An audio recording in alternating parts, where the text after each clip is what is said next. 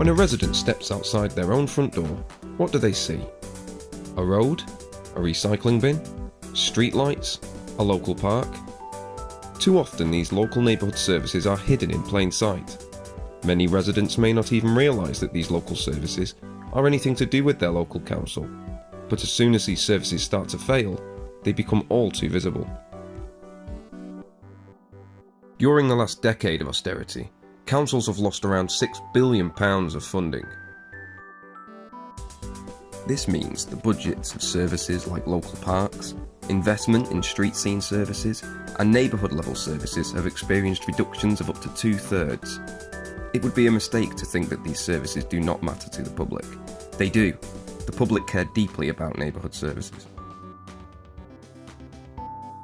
APSE, with leading poll company Survation, carried out a public opinion survey asking some key questions about what the public really think and really want from their neighbourhood services. The results should inform both local and national politicians about what the public want to see as their priorities. Over 80% of the public want to see the government giving councils more money to spend in their local area. This shows the value that the public place on the services that councils provide. Just 13% trust the government to make decisions about how services are provided and delivered in the local area, whilst 49% trust their local council. The public can see and value neighbourhood level services, and they trust local councils to get on with delivering them. Whilst just 11% of the public trust private companies to deliver our public services, almost 5 times as many place their trust in local councils. So not only do the public want more of the tax take spent in local areas, they trust local councils to deliver local public services like housing, bin collections and street lighting. A huge 68% of the public would prefer to see public service contracts going to local firms that bring something back to the local area. There is widespread public support for prioritising local employment over and above a cheapest first approach. Whilst all neighbourhood services appear to be popular with the public, we asked about neighbourhood services and included social care. Not unsurprisingly, the public rates social services highly as a local public service, where they would like to see extra funds spent. However, road maintenance is ranked even higher, and social care was only marginally above affordable housing and waste and recycling services. So the public are clear.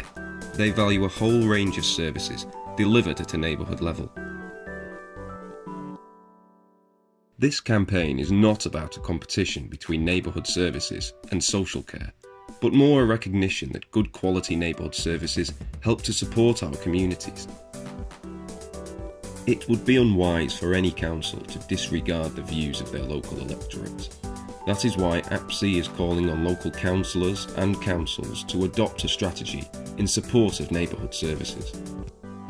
Step 1. Adopt a neighbourhood services champion within your political group to act as a voice in support of neighbourhood services. Step 2. Adopt the model resolution to full council to raise awareness of the positive impact of neighbourhood services on local communities and the consequences of these services being lost or cut through pressure on local council finances. Step 3. Raise awareness amongst the local community and local businesses about the neighbourhood services you provide and how you are working to preserve them for future generations.